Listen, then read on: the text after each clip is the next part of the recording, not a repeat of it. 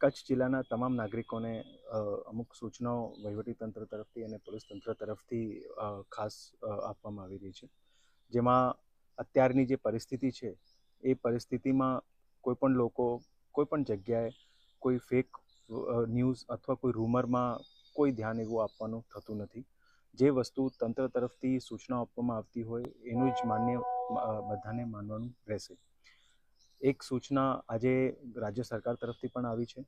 એમાં ખાસ કરીને લોકો કોઈ પણ જગ્યાએ કોઈ એનું સેલિબ્રેશન થતું હોય તો ના ही ફટાકડા ઉપયોગ કરવાનું અને ના ही ડ્રોનનો ઉપયોગ કરવાનું.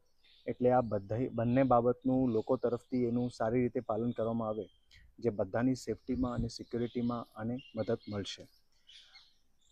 કોઈ પણ લોકો, કોઈ વ્યક્તિ કોઈ એવી વસ્તુ પોતાના સોશિયલ મીડિયા ઉપર યા પોતાના વોટ્સએપ ઉપર અથવા તો કોઈ સોશિયલ મીડિયાના માધ્યમથી એવી ફોરવર્ડ નહીં કરે જે રાષ્ટ્ર વિરોધી તત્વોને પ્રેરિત કરતી હોય અથવા કોઈ વસ્તુ રાષ્ટ્ર વિરોધી હોય.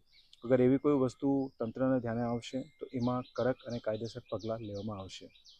જે અત્યારની પરિસ્થિતિ છે એમાં આ બધાને ખાસ અપીલ છે કે તંત્રને સહયોગ કરવાનું અને એની સાથે સાથે જેટલા પણ સ્વયંસેવી સંગઠન છે એમની પણ જેટલા એ લોકો સાથે બીજા નાગરિકો સાથે સંપર્કમાં હોય અને જે સૂચનાઓ તંત્ર તરફથી આપવામાં થતી હોય એ સ્વયંસેવી સંગઠનો પણ પોતાના માધ્યમથી લોકોને પહોંચાડે.